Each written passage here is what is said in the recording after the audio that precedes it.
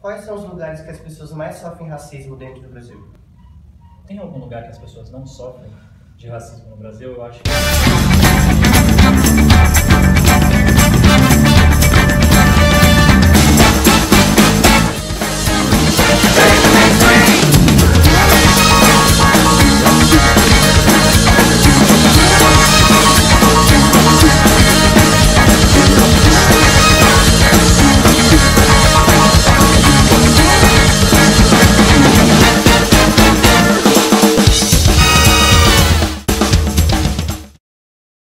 Eu acho que não tem, Felipe. Não tem, cara.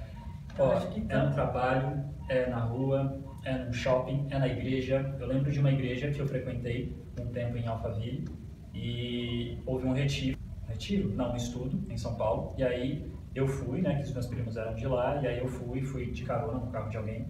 E eu lembro que na hora do almoço a gente foi comer no McDonald's. E aí eu estava sentado, os adolescentes ficaram uma parte, né? Uma porque não me conheciam muito, né? Era a primeira vez que eu estava indo para lá. Mas eu lembro que o que mais me incomodou não foi isso. Né? O que me incomodou foi uma pessoa, né? Uma adulta que estava ali com a gente. E o rosto dela, ela estava exatamente assim, olhando para mim, fixamente. E aí eu comi, conversei um pouco e ela continuou olhando fixamente assim para mim. E aí no olhar dela estava escrito assim, o que esse neguinho está fazendo aqui? E era uma igreja, falando de Cristo, falando das maravilhas do Senhor. E né, ao longo desse curso, em outros dias que eu fui, ela também continuava a fazer isso. Né? Então você percebe, não existe um lugar, né, eu espero que existam alguns espaços em que a gente consiga discutir. Né? Então a escola, por exemplo, é um lugar que, se acontecer, eu espero que o educador esteja à altura para tirar isso, né, fazer que isso não ocorra mais, né, e criar uma discussão a respeito. E a escravidão ainda existe? Super. Ela está aí a todo vapor. No nosso país, ela não está com cara de que vai embora nos próximos anos. Né? É muito triste a gente perceber que o brasileiro, ele fez, né, de alguns anos para cá, um retrocesso na política, e várias instituições que militavam contra trabalhos análogos à escravidão, que militavam contra o cancelamento e o genocídio do povo preto, se silenciaram, foram silenciadas. E aí, a gente vai seguir para onde? Né? No nosso país, a escravidão nunca deixou de existir. Né? Nem o papel, que aquilo lá, que foi assinado pela princesa Isabel, gente, pelo amor de Deus, o negro saiu da fazenda sem nada, não podendo ter nada, e a minha família, por exemplo, né? O meu bisavô, eu acho que foi, a minha família, ela é miscigenada desde 1800 e pouco, e é uma história até interessante a gente pensar como era essa família. Né? Minha bisavó era branca e o meu bisavô, ele nasceu na lei do ventre livre, se eu não me engano. Então ele era filho de escravos. E eles decidiram continuar na fazenda. Né? O que eles iam fazer? Para onde eles iam? Então é muito complicado pessoas diminuírem, né, ou relativizarem essa questão de a escravidão está lá atrás. Não, a escravidão está aqui. De repente está acontecendo no seu bairro. De repente você é, infelizmente, um fruto da escravidão. Né? Você está sendo escravizado de várias formas possíveis. Salário, com políticas públicas, com cancelamento da sua família, né? Com violência, sem dignidade alguma para viver. E eu espero, que eu sempre tento trazer esperança, tanto nos quadros, quanto nas aulas, quanto em qualquer outra coisa que eu for falar e fazer. Eu espero que a sua geração, né? A geração que está vindo, a geração da minha filha, possa dizer, não, a escravidão ela tem diminuído muito no Brasil. Quase já não existe, sabe? Mas hoje, em 2020, ela está a todo vapor. Alguma lembrança vivida por você retrata o racismo? Eu vou começar, tá? Eu tenho 48 anos atualmente e em 94 eu estudava em Bauru, né, na Unesp, era uma universidade pública. Poucos jovens tinham acesso à educação em 94, apenas 4%. E na minha sala, de 50 alunos, a gente só tinha 4 negros. Desses 4, 2 faziam grupo comigo, então todo o trabalho que a gente fazia, nós fazíamos juntas. E houve uma oportunidade que a gente tinha que fazer um trabalho sobre cinema e nós tínhamos que alugar filmes, né? Porque o nosso tema do nosso trabalho era filmes da década de 70. Bom, na hora de ir à videolocadora, hoje, né, vocês pegam tudo né, das plataformas da Netflix streaming, patrocina nós. mas antes tinha a locadora que alugava, Eles né, não sabem, né? o Não sabem. compacto assim que a gente colocava no vídeo e Que é passava na videocassete, tela, gente? né? Era maravilhoso. Aí o que aconteceu? A minha amiga que fazia trabalho comigo, né? Ela é negra e nós fomos ao lugar. E ela trabalhava, ela ganhava 3 salários mínimos. Hoje 3 salários mínimos seria R$3.000 e eu estava desempregada. Quando nós selecionamos os 5 filmes, não quiseram alugar o filme para ela. Esse dia eu chorei. Por quê? Porque eles não aceitaram o limite dela, não acreditavam que era dela. E aí eles fizeram com que eu fizesse a ficha no meu nome, desempregada. Eu aluguei o vídeo e ela não pôde. Então veja, mesmo em condições em que eu era mais pobre que a minha amiga, eu fui privilegiada, porque eu pude alugar um filme sem ter renda. E ela não, ela foi... Esse episódio me marcou muito, porque a partir daí eu comecei a prestar atenção. Opa, peraí, tá errado isso aí. Né? A gente não pode excluir as pessoas assim. Então esse episódio me dói, até de falar me dói muito. Né?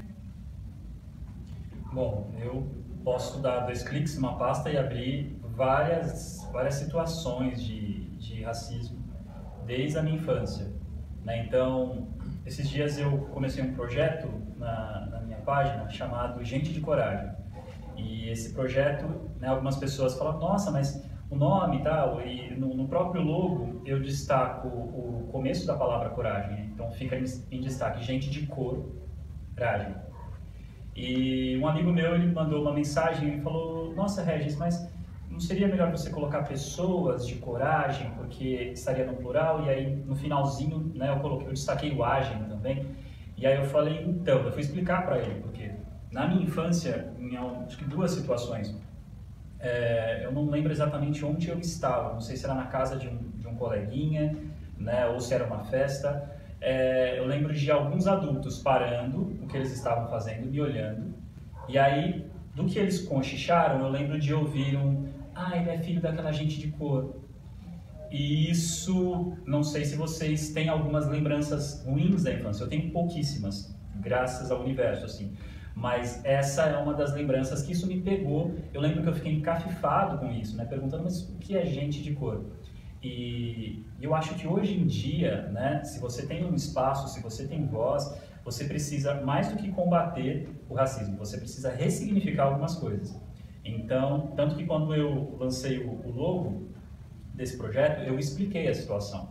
Né? Por que destacar gente de cor? Porque todas as vezes que alguém for xingado ou for xingar uma pessoa assim, o coragem vai aparecer. Então, é gente de coragem, não é gente de cor. Isso foi muito importante assim, para mim. Eu falo que quanto mais interior, mais escravocrata o brasileiro consegue ser. Né? Aqui no interior paulista, por exemplo, quando vou, eu posso estar vestido do jeito que tiver, sempre vai ter alguém me olhando torto. E eu moro em Santana de Parnaíba, que é uma das últimas cidades da região metropolitana. E eu tento ser muito simpático com todo mundo. Tem algumas lojas que eu faço, assim, tipo, todos os dias passo para comprar alguma coisa. E um dos depósitos, porque a gente estava reformando a nossa casa, em um dos depósitos de construção, eu meio que peguei uma amizade, né, com os donos, assim. E um dos funcionários também. E outro dia, eu cheguei lá para comprar algumas coisas, e aí esse cara estava revoltado, né? Acredito eu que, pelo que eu entendi, era um vendedor.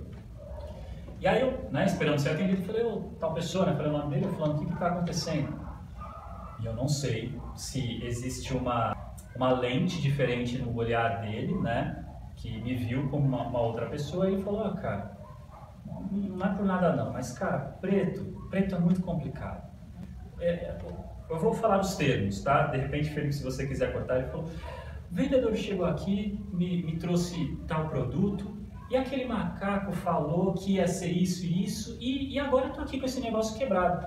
Gente, todas as situações, todas as últimas situações de racismo que eu passei, eu revidei à altura, né?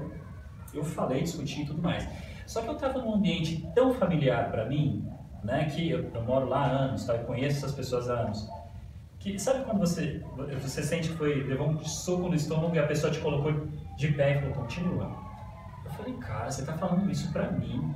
Ele falou, olha, eu não sou racista não. tá? Mas todo racismo. o cara foi não sei o que, mas já tinha falado coisas que ali, cara, eu falei, tá bom, beleza. Eu falei, eu não sei quem, eu volto aqui outro dia, tá?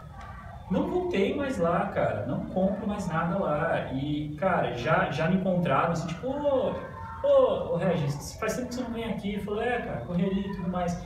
E é muito complicado, porque eu percebo que para essas pessoas é muito. As palavras saem de um jeito muito tranquilo, é quase agradável falar, né? Só que elas não percebem o peso que essas palavras têm, né? Então, é complicado, existem várias situações, na minha família temos várias situações, né? Só que a ideia hoje em dia, para mim pelo menos, em todos os projetos que eu tenho, é ressignificar isso, né? Para que o peso seja menor para os jovens, né? Para as jovens pretas, para os jovens pretos quando passarem por isso, porque quem nasceu na década de 80, né, foi criança na década de 90, tem muita história ruim para contar. E eu acho que hoje em dia, né, a minha esperança, pelo que eu vejo, eu lido muito com adolescente, é que o jovem preto ele está se munindo mais de informação e ele consegue ou revidar ou falar que isso é um crime, né, e estar sempre à altura para não ser diminuído. Uma coisa que já aconteceu comigo, observando meus amigos ou estando com eles, foi de entrarmos em um estabelecimento todos juntos e ficarem atentos, tipo, os funcionários, porque mesmo a gente andando em bando e tendo alguns amigos negros, você sai com o seu grupo de amigos brancos. Beleza, é divertido, filho de papai, acham isso, né? O que tem dinheiro vai ficar bastante, o que vai comprar bastante coisa. Aí você sai com seus amigos negros, te olham torto, olham com um olhar de perigo, olham com um olhar de fica atento, já chama, né? Caso chame a polícia, algo vai acontecer. Já ficam com aquele olhar de tipo assim, meu Deus, alguma coisa ruim está para acontecer. Olha, até hoje, se eu entro, eu posso estar com a roupa que eu tiver, eu posso estar, sei lá, em qualquer, independente do jeito que eu tô. Em algumas lojas, a pessoa sempre para no segurança, no começo do corredor e fica. Esses dias eu fui comprar uma loja aqui do Shopping Tamboré, o segurança ficou na ponta, ao ponto de eu me incomodar e falar, oi, você tem alguma coisa? Ele, não. E aí ele saiu. No Brasil, o preto, ele é obrigado a conviver e ele é obrigado não normatizar, mas ver isso e falar, cara, eu tenho que seguir com a minha vida, tá? Eu vou discutir, se eu ver a necessidade, eu vou discutir, mas eu nunca vou deixar de me impor nisso, né? É uma coisa que isso aí minha filha vai aprender muito mais fácil, de um jeito muito mais rápido que eu, porque ela tem 2 pais pretos e ela vai saber lidar muito mais do que eu soube lidar, do que eu lido às vezes com situações de racismo. Quais países lutaram contra o racismo? Então, Felipe, essa pergunta sua é bastante interessante, porque eu vou falar do continente americano, tá? Que nós somos americanos, né? Os países, os escravos que vieram para cá, a população sempre lutou contra o racismo, né? O que acontece é que havia uma pressão, por exemplo, da Inglaterra, que dominava o mercado, para que se abolisse a escravidão paulatinamente, porque para eles, né, um negro escravo não consumia. Então, era interessante abolir a escravidão. Então, dentro desse processo, alguns países que foram lutando pela sua independência, houve, por exemplo, os Estados Unidos, eles se tornaram independentes e não aboliram a escravidão. A escravidão nos Estados Unidos só foi se dar em 1865, quase 100 anos depois, né? E aí foi um processo de uma guerra civil entre eles para que o sul escravista libertasse os escravos.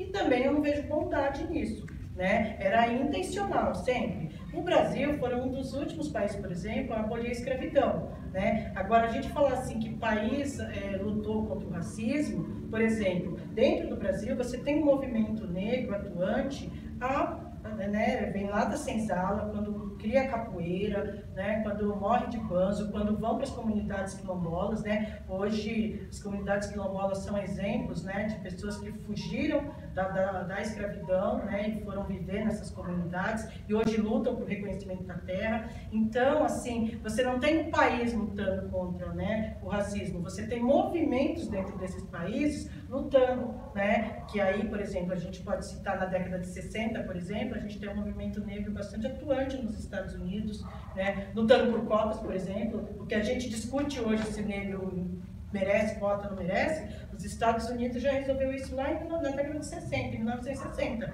que o movimento já estabeleceu as leis de cotas nos Estados Unidos. Você tem universidades negras, né, para negros, porque eles eram totalmente excluídos, né, da sociedade. Então, eu não acredito que tenha um país que lute contra o racismo. Eu acredito que dentro da sociedade, né, a gente tem movimentos que lutam. E o Brasil, nesse sentido, eu queria dizer que em 2003 se aprovou uma lei que foi resultado de movimentos negros atuantes, né, a Lei 10.639, que é a lei que obriga o ensino de África, da cultura afro-brasileira, dentro do ensino, dentro das escolas, seja em língua portuguesa, em artes, para acabar com essa visão só de escravidão, né, dessa coisa negativa. Então a lei vem para valorizar. E o que a gente percebe de 2003 para cá? Uma representatividade negra muito grande. A gente percebe, por exemplo, se você pegar 2010, as meninas alisavam o cabelo, né? Porque para ser bonita, você tinha que ser loira, olho claro, cabelo liso.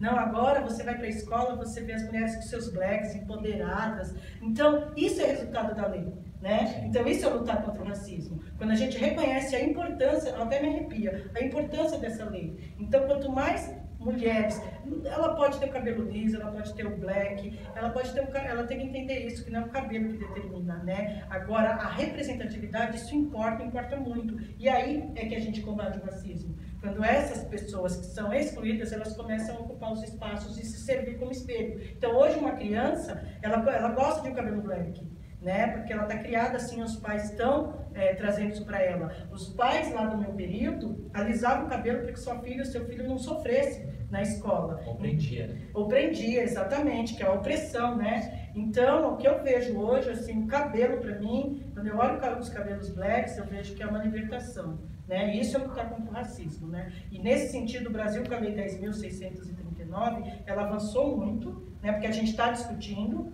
né? E pena que no governo atual a gente vai ter um retrocesso aí, né? Vai ter um retrocesso, mas o movimento nunca parou e não vai parar agora, ele vai continuar lutando. E como vencer o racismo?